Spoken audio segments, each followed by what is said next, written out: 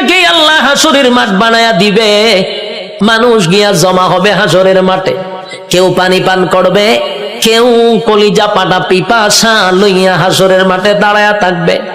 একদিন নয় রে, 2 দিন নয়, 50,000 বছর দাঁড়ায়া থাকতে হবে। সাধারণ কথা না, সাধারণ কথা না। পানির পিপাসায় জিহ্বা কুকুরের মতো বাহির হবে।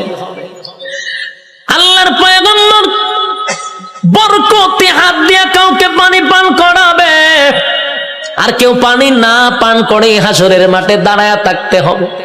50,000 বছর বাড়ির কাছে না। সূর্যের তাপে মানুষের মাথার মগজগুলি গলে গলে পড়বে, জিহ্বাটাও বাহির হবে। এই অবস্থায় যে কত হাজার বছর মানুষগুলি একটা সময় বিরক্ত হইয়া চিৎকার দিবে আর বলবে, মালিক রে, জান্নাতে দেও না হয় জাহান্নামেই দেও, হাসরের মাঠে আর ভালো লাগে না, সেখান থেকে আমাদেরকে সরায়া দাও। আদম নবীর থেকে লইয়া ঈসা রূহুল্লাহ পর্যন্ত মানুষ সবার কাছেই যাবে একটু আল্লাহর কাছে সুপারিশ করার জন্য। আদম নবীও বলবে ইয়া রাব্বি নাফসি, ইব্রাহিম আলাইহিস সালাতু ওয়াস সালাম বলবে ইয়া রাব্বি নাফসি, নূহ পয়গম্বর বলবে ইয়া রাব্বি নাফসি, মুসা নবী বলবে ইয়া রাব্বি নাফসি। এইভাবে 1,02,24,000 পয়গম্বর ইয়া ঈসা আলাইহিস সালাতু ওয়াস সালাম পর্যন্ত সবাই একটা কথা বলবে, ইয়া রাব্বি নাফসি। আমার কি উপায় হবে? আজকে আল্লাহর সামনে কথা বলার সাহস কোন নবীর হবে না। কথা বুঝতেছেন আমার? আল্লাহ এত রাগান্বিত। এই যুবক ভাই, আলোচনার শুরুতেই বলেছিলাম আল্লাহর নাম রহমান, দয়া মায়া বেশি, কিন্তু আল্লাহর গজব আমরা এখনো দেখি নাই। সেটা হাসরের মাঠে দেখব। আল্লাহ সেদিন কাহার রূপ নিয়ে দাঁড়াবে, সেদিন আল্লাহর সামনে কথা বলার সাহস কোন নবীরাও পাবে না, শুধুমাত্র কেবলমাত্র আমাদের নবী ছাড়া। কুল কায়নাতের মধ্যে আমি সম্মান আর মর্যাদা তোরে বেশি দিছি। বান্দা, আসমান বানাইতে আমি আল্লাহ মিস্ত্রি লাগাই নাই, জমিন বানাইতে মিস্ত্রি আমি লাগাই নাই, সূর্য চন্দ্র গ্রহ নক্ষত্র বানাইতে মিস্ত্রি লাগাই নাই। আল্লাহ শুধু বলছেন ইন্নামা আমরুহু ইযা আরাদা শাইআন আইয়াকুলা লাহু কুন ফায়াকুন। রব্বি কারীম বলেন, আমি শুধু বলেছি কোন হয়ে গেছে, সব তো বানাইলাম আমি হুকুম দিয়া, কিন্তু মানুষ তোরে আমি বানাইছি আমি আল্লাহর কুদরতি হাত দিয়া। কুদরতি হাত দিয়া তোরে বানাইছি, তাহলে কত মহব্বত দিয়া বানাইছে। এরপরে রব্বি কারীম বলেন, কুদরতি হাত দিয়া বানাইয়া শেষ নয় গো। আল্লাহ বলেন, গোটা সৃষ্টি জগতের মধ্যে আমি তোর থেকে সুন্দর কাউরে বানাই নাই। আসেনি এলাকার সুবহানাল্লাহ? তা আপনারা কোন সময় সুবহানাল্লাহটা কন? আমার কবির নেই। আপনারা এলাকার ঠাড়া বললে সুবহানাল্লাহ কন, তো কোন সময় কন আমার কইয়েন? আমি তো জানি না। সমগ্র সৃষ্টি জগতের মধ্যে সুন্দর কারে বানাইছে? আমরা অনেক সময় কই সুন্দর মানুষ দেখলে লোকটা ফেরেশতার মতো সুন্দর, কই না? কিন্তু আল্লাহ কয় ফেরেশতা সুন্দর আমি কোরআনের কোথাও বলি নাই। হয়নি আমরা ফরির মতো সুন্দর হয়নি? মাইয়া যদি সুন্দর হয়তো ফরির মতো। হ্যাঁ, ফরিদে সুন্দর কোরআনে কইছি নি? তুই কে রে কস? কয় ফেরেশতার মতো সুন্দর। ফেরেশতা সুন্দর আল্লাহ কোরআনে কইছি নি? আমরা ফাঁকি দেখলে কই ময়না পাখি কত সুন্দর, টিয়া পাখি কত সুন্দর, হরিণ দেখলে কত সুন্দর। হ্যাঁ, এগুলা যে সুন্দর কোরআনে আসেনি। কিন্তু আল্লাহ বলেন মানুষ যে সুন্দর করে বানাইছি, এই কথাটা আমি এমনে এমনে বলি নাই। আল্লাহ বলেন মানুষ বানাইছি সুন্দর করে, এই কথাটা বলতে গিয়ে আমি 4টা কসম করছি। কয়টা কসম? রব্বি কারীম বলেন 4টা কসম করছি আমি আল্লাহ। মানুষ তোরে সুন্দর করে বানাইছি, এই কথাটা আমি কসম কেড়ে বলছি, একটা নয় গো চারটা কসম করছি। প্রথম নাম্বার কসম হলো তিন ফলের কসম আমি আল্লাহ করলাম। ওয়াজাইতুন, আল্লাহ বলেন জাইতুন ফলের কসম আমি করলাম। ওয়া তুর সিনিনা, সিনাই পর্বতের কসম করলাম। ওয়া হাযাল বালাদিল আমিন, আমি আল্লাহ পবিত্র মক্কা নগরীর কসম করলাম। কসম হইলো কয়টা? চারটা কসম আমি আল্লাহ করছি। বান্দারে তরে বানাইতে গিয়া চারটা কসম করছি। কেন করলাম? কসম করলে তুই কথার গুরুত্ব দিবি, তাই একটা দুইটা নয়, চারটা কসম কাটছি। তোরে সুন্দর করে বানাইছি, তোরে সুন্দর করে বানাইছি, তোরে সুন্দর করে বানাইছি, তোরে সুন্দর করে বানাইছি। চারবার কসম করছে। চারবার কসম করে আল্লাহ বলেন লাকাদ খালাকনাল ইনসানা ফি আহসানি তাকওয়িম। রব্বি কারীম বলেন, এই বান্দা, বালিশের সঙ্গে মাথা লাগাইয়া একটু চিন্তা করে দেখ। আমরা তো ঘুমায়া থাকি, দুনিয়া নিয়ে চিন্তা করি আর ঘুমাই না। মাঝে মধ্যে একটু বালিশের সঙ্গে মাথা লাগাইয়া একটু চিন্তা করবেন আল্লাহর নিয়ামতের উপরে। এই মালিক বলেন, বান্দা তুই একটু চিন্তা করে দেখ, আমি আল্লাহ তোরে সম্মান আর মর্যাদা কত দিছি। বান্দারে তোর সম্মানের চেয়ে বেশি কারো না। আমি আল্লাহ ফেরেশতার এত সম্মান দেই নাই। ফেরেশতা নূর দিয়া বানাইছি, ফেরেশতার জন্য জান্নাত বানাই নাই। মানুষ, তোর জন্য জান্নাত বানাইছি, ফেরেশতার জন্য জান্নাত বানাই নাই। তোরে সুন্দর করে বানাইছি, কোরআনে বলছি, ফেরেশতারে বানাইয়া কোরআনে বলি নাই।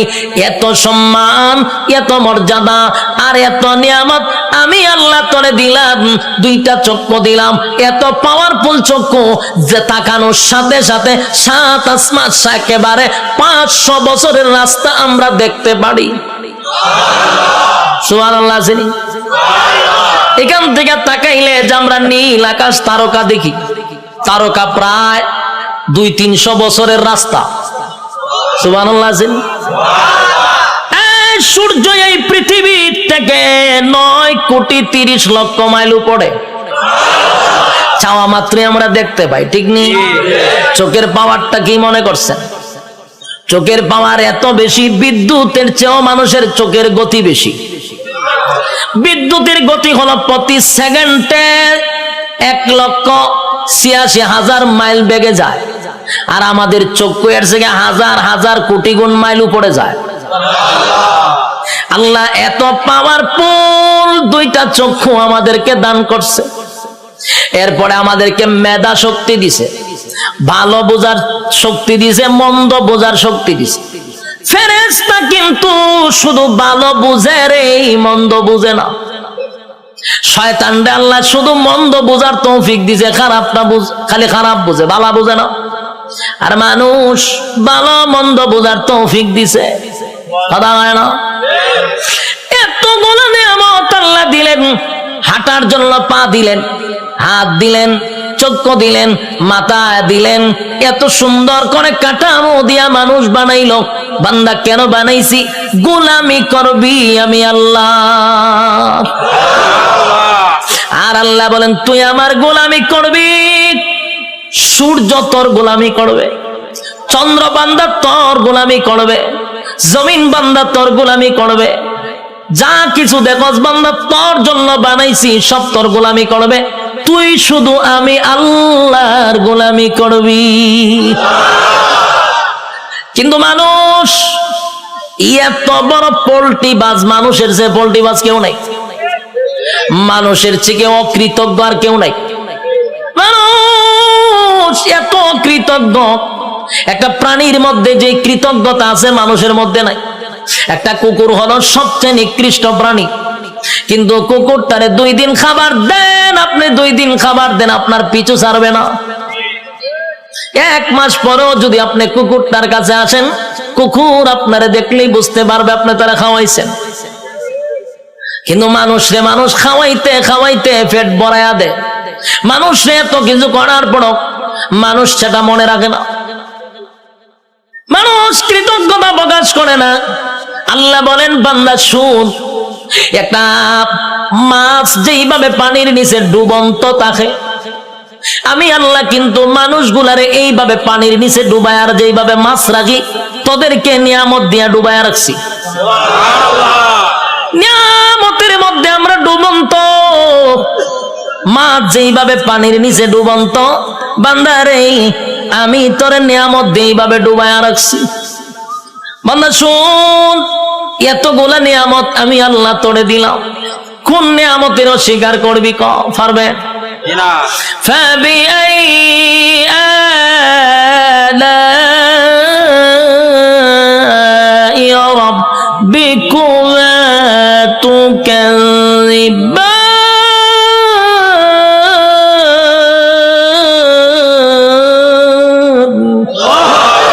আল্লাহ বলেন কোন কোন নিয়ামতের অস্বীকার করবি? আমি আল্লাহ তোরে কি দেই নাই বল? সব দেওয়ার পরে বদনা আমার খাইলি, আমি আল্লাহর নিয়ামত খাইলি, সব আমি আল্লাহ তোরে দিলাম। এরপর 24টা ঘন্টার ভিতরে বান্দা 1টা ঘন্টা আমি আল্লাহর ইবাদত করস না। যুবক ভাই, কথাগুলি কি দিলের কান লাগায় শুনতেছেন? দিলের কান লাগাইয়া কথাগুলি শুনেন। 24টা ঘন্টা আল্লাহ সময় দিছে। কত ঘন্টা? রাইতে দিনে 24 ঘন্টা।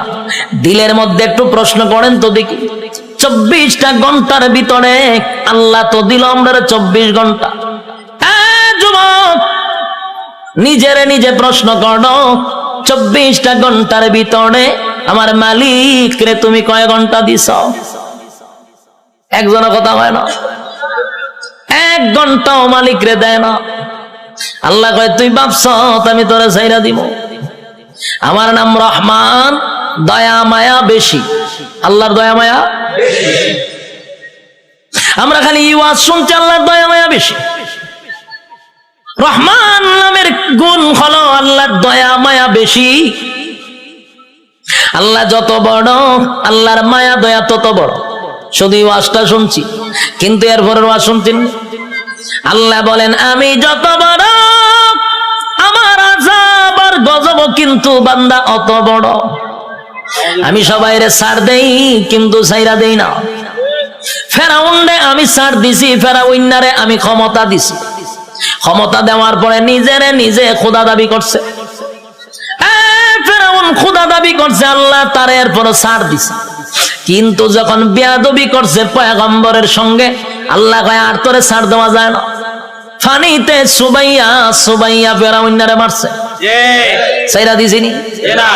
নমরুদ নিজেরে খোদা দাবি করছে, আল্লাহ ছাড় দিছে। নমরুদ একবার তীর মারছে আকাশের দিকে, কেরে মারছ? কাল্লা মাইরালাম।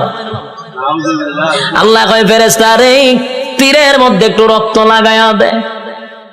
রক্ত লাগায়া দিছে। রক্ত যখন তীর যখন ফিরে আসছে, তীরের মধ্যে ছায়া কয় আল্লাহ মাইরা লাইছি। নাউজুবিল্লাহ। এর সাথী সঙ্গীরা ডিজে গানের আয়োজন কর, কে রে? নাচু। কে রে? আল্লাহ মাইরা লাইছি। নাউজুবিল্লাহ। আল্লাহ এরপরে ছাড় দিছে। কিন্তু যখন ইব্রাহিম খলিলুল্লাহর সঙ্গে বেয়াদবি করলো, আল্লাহ কয় এখন ধরা দরকার। হে আমার লগে যুদ্ধ করব, তীর মারে। আমি আল্লাহ তোর সঙ্গে যুদ্ধ করতে তীরের প্রয়োজন নাই রে। মশার মধ্যে একটা প্রতিবন্ধী মশা, বালা কোনো মশা নেই। কিতাব লেখছে বালা কোনো মশা না, একবারে প্রতিবন্ধী ভাও একটা নাই। আল্লাহ কয় কইরে আসত নি? ফাঁসি। তোর ভাও আসেনি? ফাল্লা আমার ভাও নাই। তো যা নমরুদের না খাতে গিয়া ঢুক। ল্যাংরা মশা না খেতে গিয়া ঢুকছে। ঢুকিয়া একেবারে ডাইরেক্ট মগজও চলে গেছে। মগজ বইয়া এরপরে ইনসুলিন দেয়, সুই ঢুকায় আর সুই বাইর করে।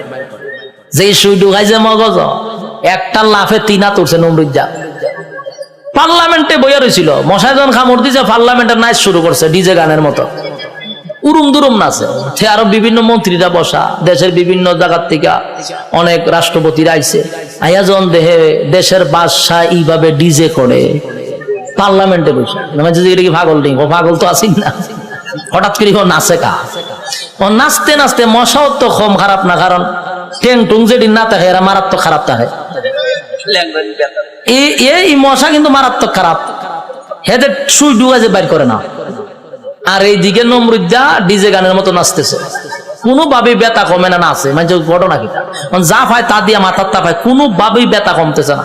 হঠাৎ আসেন জুতা একটা গাছ, এটা জুতাটা মারছে মাথার বাড়ি, সেই জুতাটা মাথার বাড়ি মারছে, জিব্রাইলে আবার যোগাযোগ রাখতেছে মশার সাথে, মশারে ফোন দিয়ে কইছে তাড়াতাড়ি ছাইরা দে, ইনসুলিন টাইনা তুল। যখন হের সুই টান্দা তুলছে ব্যথা ছাড়ছে, এখন নমরুদে জুতার পাইছে সব বনা, কি একটা জিনিস বারে দিলাম মাথার ব্যথা দিল সাইরা। জুতার মধ্যে কোনো ওষুধ আছে না? আসলে কি জুতার কোনো ওষুধ আছে? এটা আল্লাহ বেজ্জতি করার একটা সিস্টেম। জুতাটা বাড়িছে ব্যথা কমে গেছে, তার মানে জুতা আল্লাহ ব্যথা কমাইতেছে। এখন এই জুতা রেখে দিছে দাঁড়ে, রেখে টেনশনে পড়ে আছে, কি ব্যথা উঠলো, জুতাটা বাড়ি দিলে ছেড়ে দিল। আবার কথা বলতেছে বিভিন্ন দেশের মন্ত্রী এমপির সঙ্গে, আবার মশায় সুই একটা ঢুকাই দিছে, ঠাস করে জুতাটা বাড়ি মারছে, ছেড়ে দিছে। আল্লাহ মশারে কইলো করে এটা তোর ডিউটি, কাজ চালায়া যা, কতক্ষণ পরে পরে ঢুকাইবি, জুতাটা বাড়ি দিলে ছেড়ে দিবি। মশা কতক্ষণ পরে ঢুকায়, জুতাটা বাড়ি দেবার পাই গেলা, আবার ঢুকায়, জুতাটা বাড়ি দেবাই গেলা। এই হইল জুতার বাড়ি শুরু। তখন নমরুদ্দা একা একা জুতাটা কত বাইরিত, হাতে ব্যথা ধরে লায়, তাই একজন লোক রাখছে, ধরে মাসে এত টাকা বেতন দিমু, এদিকে চাকরি কি দেখো জুতা দেখালে ভিটানি তাও খারে দেশের বাসারে। তো এইরকম যদি আমার নিত, আমি তো বললাম টেকা টোকা লাগতো না, আমি খালি জুতাটা ভিটাম আপনার, আমার টেকা দেওয়া লাগতো না। বাস্তব নেই, দেশের একজন বাদশা যদি হয় আমার জুতাটা ফিডাইবা, আমার কি বেতন লাগবো না? আমার মনের ভিতরে যত জিদ আসিন সব মিলামো এক একটা বাড়ির সাথে, ঠিক নেই? জুতা দেখ একটা বাড়ি দিমার ঘুমায় আনে, এটা অত সালের একটা জুতার বাড়ি, দ্বিতীয় বাড়ি দেখো এটা অত সালের একটা বাড়ি, এক সালে এক যন্ত্রণা বুক করছে, আর তোর জুতাটা বাইরিতেছি টেহারাম নেই। এই লোক হয় যে আমি বাসার জুতাটা বাইরামো, আমার টেকার দরকার নাই, আপনি আমার চাকরিটা দেন। চাকরি দিছে, এখন পার্লামেন্টে বেশা বৈশা কথাবার্তা বলতেছে, যখন মশা কামড় আলী ইশারা দেয় তাড়াতাড়ি দে, পাশে জুতাটা ঠাস করে পিছন দিয়ে বাড়ি মারে। দেশের মানুষ বিভিন্ন দেশ থেকে আসে, আইসা কয় যেই বাসার ইজ্জত নাই মানছে তারা জুতাটা বাইরা, এর সাথে আবার কি এর বৈঠক হঠাৎ থেকে এটা ভাগল, এখান থেকে এক বেজ্জতি। তো জুতাটা বাইরিতে বাড়িতে প্রথম তো শখে শখে জুতাটা বাইরেছিল, ঠিক না? জুতাটা যে বাইরেছে প্রথম তো শখেই বাইরেছে, আনন্দে বাইরেছে, কিন্তু বাইরিতে বাইরিতে তখন তো বেচারার বিরক্ত হয়ে পড়ছে। কত বাইরিত, খানা খাইতে পারে না, ঘুমাইতে পারে না, বাথরুমও যাইতে পারে না, খালি বাইরা। এই বেচারা হয়েছে বিরক্ত, এমন অবস্থা হয়েছে এখন জুতাটা বাইরানি লাগে হতান পরে পরে। বাথরুমে গেছে, একটা বাথরুম করতে গেন টাইম নাই না, জুতাটা বাড়ি দেয়, সে বিপদ পড়ছে না, খানা খাইতে পারে না। এই বেচারা কয় এর যদি আমি জুতাটা বাইরিতে থাকি আমি এমনি মরে যাবো গা, খাওয়ার নাই ঘুম নাই তো আমার মরণ হয়, তে একবার এর মাইরি মরে যাই।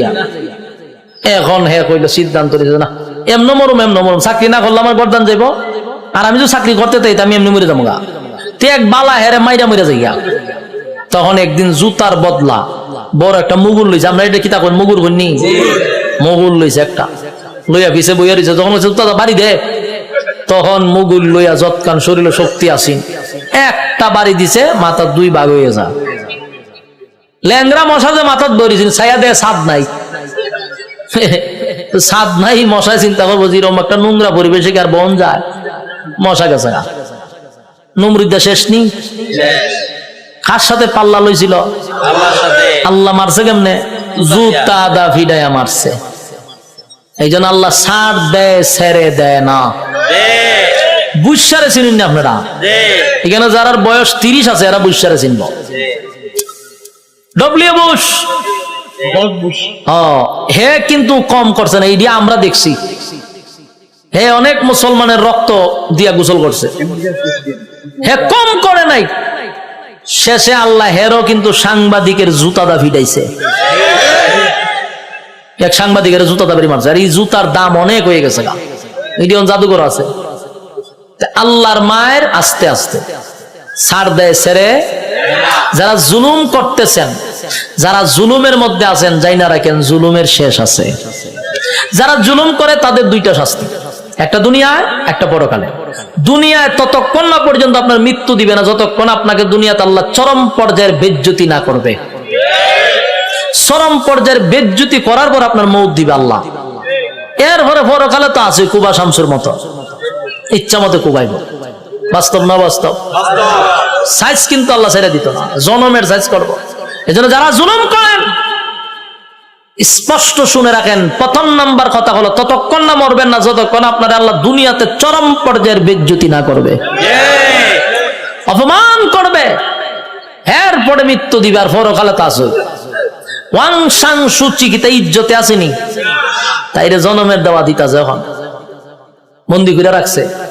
পারমার মুসলমানের রক্ত খাইছিল না, তাই রক্ত চুষা খাইতেছে। আরো বেজ্জতি হইব, আরো দেখবেন সামনে, অপেক্ষায় থাকেন।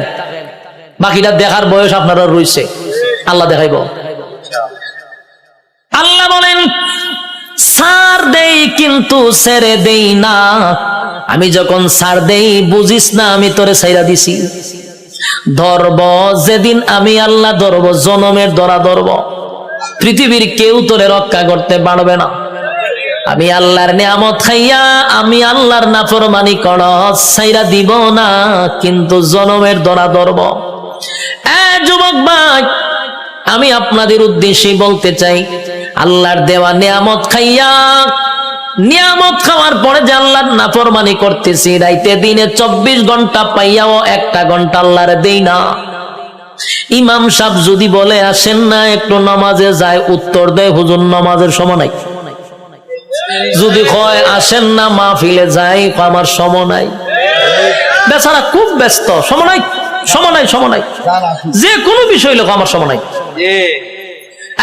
প্রশ্ন হলো তোমার সময় নাই, সময় নাই, কিন্তু যেই লোকটা বলছে নামাজের জন্য সময় নাই, ওয়াজ মাহফিলের জন্য সময় নাই, এই লোকটারই দেখবেন ব্যবসার জন্য সময় আছে, চাকরির জন্য সময় আছে, বন্ধুদের আড্ডায় সময় আছে, বিশ্বকাপ খেলা 90 মিনিট দাঁড়ায় দেখার সময় আছে, বিভিন্ন জায়গায় আড্ডায়, কফি আড্ডায় সময় আছে, সব জায়গায় বেচারার সময় আছে।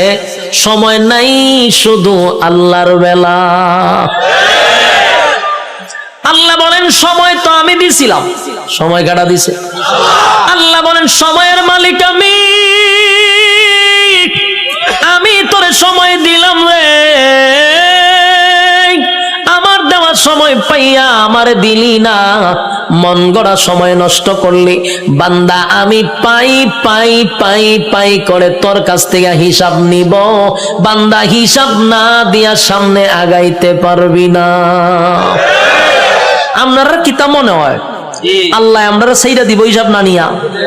হিসাব নিব। আগেই বলছি অতগুলা নিয়ামত আল্লাহ আমরা দিছে, এমনে ছেড়ে দিত না, হিসাব না নিয়া। কথা কয় না? একটা এক্সাম্পল দিই, সহজে বুঝতে পারবেন। আপনারা মনে করেন চরপেশন সবচেয়ে ভালো হোটেল, সেখানে মনে করেন একজন লোক ঢুকছে খানা খাওয়ার জন্য, একজন লোক ঢুকছে, ঢুইকা যারে অর্ডার দেয় তার নাম কি? মেসিয়ার। মেসিয়ার হইলো ভাই খানা নিয়ে আয়, কি আছে? তো দেখবেন মেসিয়ারের একটা অভ্যাস হইলো একটা নাই 50টা নাম কইব। গুড়া মাছ আছে, বড় মাছ আছে, উইল মাছ আছে, তারপরে আপনার গরু আছে, ছাগল আছে, কতটা হয় না? আমি অনেক সময় কিচ্ছু বুঝি না, চাই তাই একটা না হয়, আমি ভাই হাফিজি পড়া লাগতো না, তুই আস্তে আস্তে একটা একটা করে ওদিকে আমি খাইতাম আমি জায়গা এত নাম কয়, একটাও একটা হয় না, লাস্ট হলে গুরুর ইয়াদ আছে। তো এই লোক যখন এতগুলা নাম কইছে, চিন্তা করলো এতগুলা নাম কইছে কোনটা কম, আচ্ছা সব লইয়া যা। মেসিয়ারে আনতেছে, টেবিল সাজাইছে, খাইতেছে, খানা দেখে মেসিয়ারে দে লক্ষণ বালা না। যে যিনি টেকা নে উনারে কি কয়? ম্যানেজার। কেশিয়ার তো ম্যানেজার। ম্যানেজারের কাছে গেছে মেসিয়ারে, গিয়ে কয় স্যার ওই যে লোকটা খাইতেছে দেখছেন নি? দেখছি তো। কারণ আমার একটা অনুমতি দেন। কি অনুমতি? কয়ের ইচ্ছা মতো কিন্তু ফিটাইতাম। ম্যানেজারে জিগা কাস্টমারে খানা খাইতেছে, তুই ফিটাইতে কা? কয়ের লক্ষণ বালা না, যেই পরিমাণ খাইতেছে হিসাব দিতে পারতো না, তাই একটু ফিডামো। ম্যানেজারে কয় কাস্টমারের কাজ কি? খাওয়ান। তোর কাজ কিটা? দেওন। আমার কাজ কিটা? হিসাব ল। তেহের খাওয়ানে খাইব, তোর দেওন তুই দে, তুই মারতে কা? মেসিয়ার কথা তো ঠিক, আমার তো দেওয়ান, আমি দিতে তাই। মেসিয়ারে দেয়, এ খায়। ম্যানেজারে কয় এ খাওয়া শেষ হইলে বলে আমার খাম। আমার কাজ কি? হিসাব নেওয়া। হিসাব না নিয়া, হিসাব না দিয়া বাড়ি তারবো, বাড়ি তারবো নি? যা পারে খাইতে থাক, তুই বাধা দিস না। এইভাবে আল্লাহ বলেন দুনিয়াতে মানুষ যেই পরিমাণ কাম কু কাম দিনের কাম রাত্রের কাম সব কাম আমরা করি না, আমরার সাথে কিন্তু ফেরেশতা থাকে 24 ঘন্টা ফেরেশতা থাকে। আমরারই কাম কু কাম দেখে ফেরেশতারাও আল্লাহর কাছে কয় আল্লাহ একটু অনুমতি দেন, কিতা কয় এর একটা আসার মাইরা জাগাত মুতায়া লাই। আল্লাহ জিগা ঘটনা কিতা বলে যেই পরিমাণ করতা যে হিসাব দিতে পারতো না। আল্লাহও বলে তোর কাজ এর কাজ আকাম কুকাম করন দেখুন লিখতে রাখুন, আর এর কাম যত আকাম কুকাম করতে পারে তোর কাজ কিন্তু ফিডন না, তোর কাজ দেখতে থাক লিখতে থাক, যত কিছু আছে সবকিছুর হিসাব হইব আমার কাছে। বন্দা যা পারে করো, হিসাব না দিয়া সামনে আগাইবার কোনো সিস্টেম নাই। হাসরের মাঠে আল্লাহ হিসাব নিব পাই পাই করে, সাইডা দিবনি। রব্বে কারীম বলেন প্রথম নাম্বার কথা হলো আফাহাসিবতুম আন্নামা খালাকনাকুম আবাসাও ওয়া আন্নাকুম ইলাইনা লা তুরজাউন। রব্বে কারীম বলেন এই অনর্থক বানাই নাই, অকারণে বানাই নাই। দ্বিতীয় নম্বরে আল্লাহ বলেন ওয়ামা খালাকতুল জিন্না ওয়াল ইনসা ইল্লা লিয়াবুদুন। রব্বে কারীম বলেন 2 নাম্বার হলো তোরে বানাইছি ইবাদতের জন্য। 3 নাম্বার আল্লাহ বলেন বান্দা তোরে বানাইতে গিয়া ওয়ালাকাদ কাররামনা বানি আদম, সমগ্র সৃষ্টি জগতের মধ্যে শ্রেষ্ঠত্ব দিছি। 4টা কসম করে বলছি বাংলা তোর থেকে সুন্দর আমি আল্লাহ কাউরে বানাই নাই, তোর থেকে সম্মান আর মর্যাদা আমি কাউরে দেই নাই। এরপর আল্লাহ বলেন এত কিছু দেওয়ার পরেও যদি তুই আমি আল্লাহর গোলামি না করস, ওয়ালাকাদ জারানা লি জাহান্নামা কাসীরাম মিনাল জিন্নি ওয়াল ইনস, আমি আল্লাহ আগুন দিয়া তোরে জ্বালাবো আর পোড়াবো। এরপরে রব্বে কারীম বলেন বান্দা শুন, ভালো করে শুন, এত নিয়ামত দিয়া তোরে ছেড়ে দিব না, আমি আল্লাহ কিন্তু পাই পাই পাই করে হিসাব নিব। কুল্লু নাফসিন বিমা কাসাবাত রাহিনা, প্রত্যেকটা মানুষ তার কৃত কর্মের জন্য আল্লাহর সামনে জবাব দিতে হবে। হিসাব ছাড়া ছেড়ে দিব না। রব্বে কারীম বলে হিসাব নিব গো, হিসাব ছাড়া আমি আল্লাহ কাউকে ছেড়ে দিব না। এই যে দুনিয়াতে যা করি সব হিসাব হবে। আল্লাহ বলেন শুন বান্দা, যখন প্রত্যেকটা মানুষের হায়াত শেষ হয়ে যাবে, মালাকুল মউত আজরাইল সামনে হাজির হবে, তার একটা কিয়ামত হবে। কি হবে? কিয়ামত কিন্তু 2 প্রকার, একটা হলো যার যার কিয়ামত, আর একটা হলো সমষ্টিগত কিয়ামত। কথা বুঝতেছে? সাউন্ড একটু উঠান, একটু উঠান। একটা হলো যার যার কিয়ামত, আর একটা হলো সমষ্টিগত কিয়ামত। আল্লাহ রাসূল বলেন যার যার কিয়ামত সম্পর্কে বলেন মাম্মাতা ফাকাত কামাত কিয়ামাতুহু, যে যখন মারা যায় তার কিয়ামত তখন শুরু হয়। আমি যদি স্টেজে এখন মারা যাই, আমার কিয়ামত এখান থেকে শুরু হবে। আরেকটা হলো সমষ্টিগত কিয়ামত, সেই কিয়ামতটা হলো কিয়ামতে কুবরা, এটা বড় কিয়ামত, সেটা বাঁশির মাধ্যমে হয়। ইসরাফিল আলাইহিস সালাতু ওয়াস সালাম যখন বাঁশি ফু দিবে, আল্লাহ বলেন এই গোটা পৃথিবীর যা কিছু তোমরা দেখো বিশ্ব পরিস্থিতির পরিসমাপ্তি আমি ঘটায়া দিব। এটা হইল সমষ্টিগত কিয়ামত।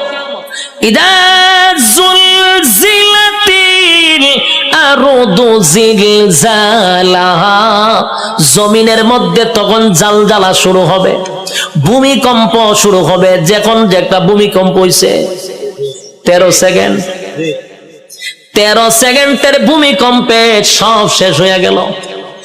আর ওইটা যে শুরু হইব ওইটা 13 সেকেন্ড না, 13 ঘন্টা না, এটা চলতেই থাকবে। পাহাড় গুলি তুলার মতো উঠতে থাকবে, বিল্ডিং তো দূরের কথা, পাহাড় উইরে উইরে চলবো। এই ভূমিকম্প থামবে না। কুল্লু মান আলাইহা ফান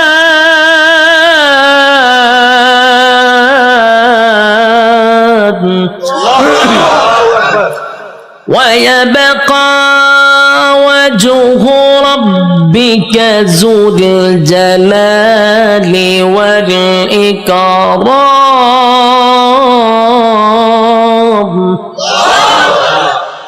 সব শেষ করবো এই অর্ডার কইও সাউন্ড বাড়ানোর দরকার আমি একটি রিবাব আর ইকুটা তুলে দেন না আমি চিল্লাইলে তো ইকু রাখবো হালকা রিবাবের ভিতরে ইকুটা দেন অত্যন্ত কিয়ামত শুরু করছিলেন মাইক মাহফিল এখন হালকা একটু রিবাবটা ধরায় দেন আমারে যাতে প্রেসারটা গলাত না পড়ে আল্লাহ বলেন কুল্লু মান আলাইহা ফান ওয়া ইয়াবকা ওয়াজহু রাব্বিকা যুল জালালি ওয়াল ইকরাম